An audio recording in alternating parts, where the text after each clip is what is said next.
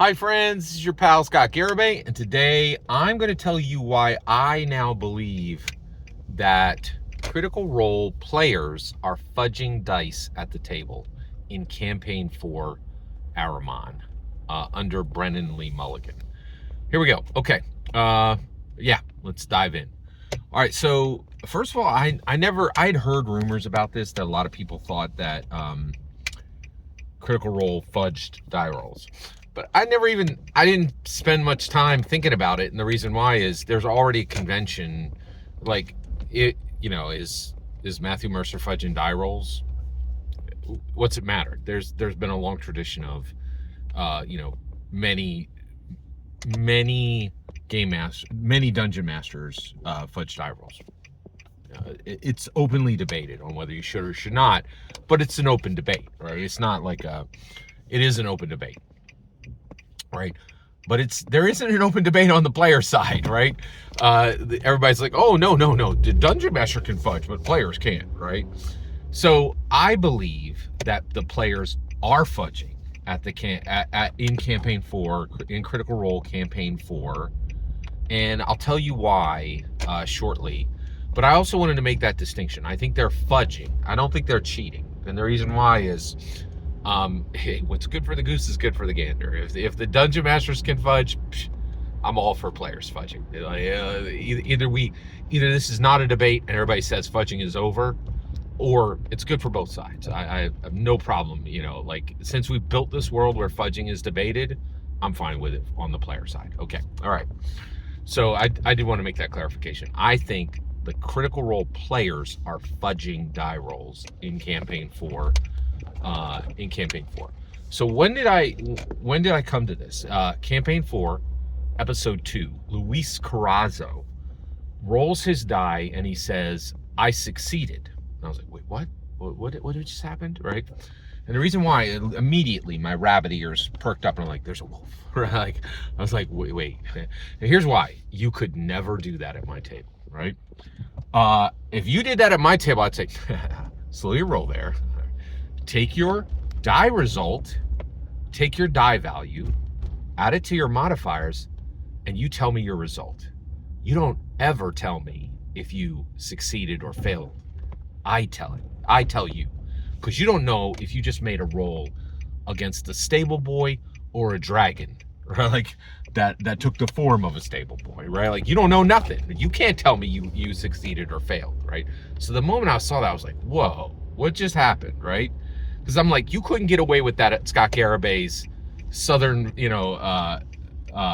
suburbs of Philadelphia table, but you're getting away with that at a multi-million-dollar table, that I was like, no, that would not fly, right? So then I walked away and I was like, wait, what just happened, right? And I was like, well, no big deal. I'll just check the tape, right? And so then I'm like, wait, I can't check the tape. Wait, why can't I check the tape? Right? I was like, wait, the die rolls aren't on camera, right? And I was like, wait. And the moment I realized they don't have a camera on every player's dice tray, I was like, oh, they're fudging. They're absolutely fudging. Here's why, okay? This is why I believe the Critical Role players are fudging die rolls at the table. Here's why. There is every single incentive. There are multiple layers of incentive for Critical Role to camera every player's dice tray and dice. Why? Well, I don't know if you know this. There's 100 companies that make dice easily, right? And there would be a line to pay them. You could take every single player, give them a different dice tray and a different set of dice, and you could get paid by a different company for each one. You could get 2 checks for every player for every session. You could probably switch the companies out who were paying you each session and not run out of the line of people in line to pay you for that privilege, right?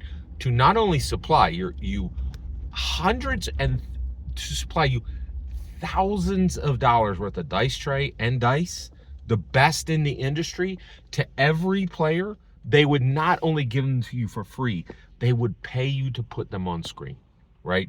So they are turning down, I would say, I actually believe at minimum hundreds of thousands of dollars worth of ad revenue, maybe millions,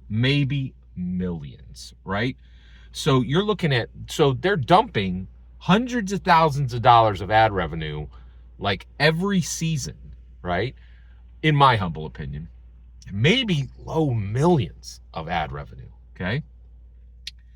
And in addition to that, not only would there be a massive commercial incentive, not only would there be a massive commercial incentive to camera every dice tray and every dice for every single player. In addition to that, it would be cinematically dramatic, like and visually dramatic, and that's all CR does. Every single part of the set has been made more visually dramatic and more cinematically dramatic, except this one. Oh no, don't put a camera on those die rolls. You know why? Because the moment you do that, it's no longer the dungeon master crafting the story and the players crafting the story. Are you saying that the math rocks? Would you say that? Are you saying that fate would interrupt us? Oh no, not,